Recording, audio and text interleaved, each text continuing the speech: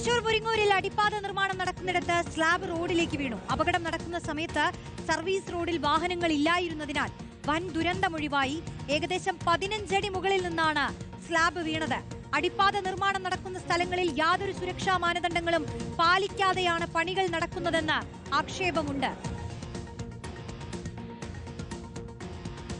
Jason ചാമോളപ്പിൽ ചേരുന്നു. Jason, അടിപ്പാത നിർമ്മാണം നടക്കുന്ന ഇടങ്ങളിൽ നിന്ന് വീണ്ടും ഒരു വാർത്തയെത്തുന്നു. റോഷ്നി, ദേശീയപാത നിർമ്മാണത്തിനിടയിൽ നിരവധി തവണയാണ് സ്ലാബുകൾ താഴോട്ട് വീഴുന്ന സാഹചര്യം ഉണ്ടാകുന്നത്. തലനാരിഴയ്ക്കാണ് വാഹനങ്ങൾ, അതിൽ ആളുകളും രക്ഷപ്പെട്ടു പോകുന്നതെന്നാണ് ഏറ്റവും പ്രധാനപ്പെട്ട ഒരു കാര്യം. ഇന്നും അത് തന്നെയാണ് സംഭവിച്ചത്. മുരിങ്ങൂർ ഭാഗത്താണ് ഇത്തരമൊരു സ്ലാബ് താഴേക്ക് തകർന്ന് വീണ് താഴെ യാത്ര ചെയ്തിരുന്ന വാഹനങ്ങൾക്ക് മുകളിൽ ഒരല്പം സമയം കൂടി വൈകിയിരുന്നെങ്കിൽ ഒരു പക്ഷേ വലിയ ദുരന്തം ഉണ്ടാകുമായിരുന്നു.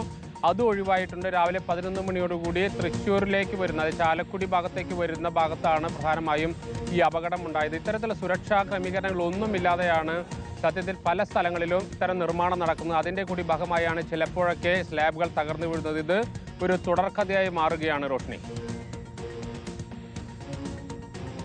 ജെയ്സൺ ചാമോളപ്പിലാണ് വിവരങ്ങൾ നൽകിയത്. ഈ അടിപ്പാത നിർമ്മാണം നടക്കുന്നിടത്ത് യാതൊരു സുരക്ഷയുമില്ലാതെ, മാനദണ്ഡങ്ങളൊന്നും പാലിക്കാതെയുള്ള പണികൾ നടക്കുന്നു എന്നുള്ള ആരോപണങ്ങൾ വീണ്ടും വീണ്ടും ഉയരുകയാണ്. ഏകദേശം 15 അടി മുകളിൽ നിന്നാണ് നിലവിൽ ആ സ്ലാബ് വീണിട്ടുള്ളത്. ജെയ്സൺ ചാമോളപ്പിൽ വിശദാംശങ്ങൾ നൽകുകയായിരുന്നു. അടുത്ത വാർത്ത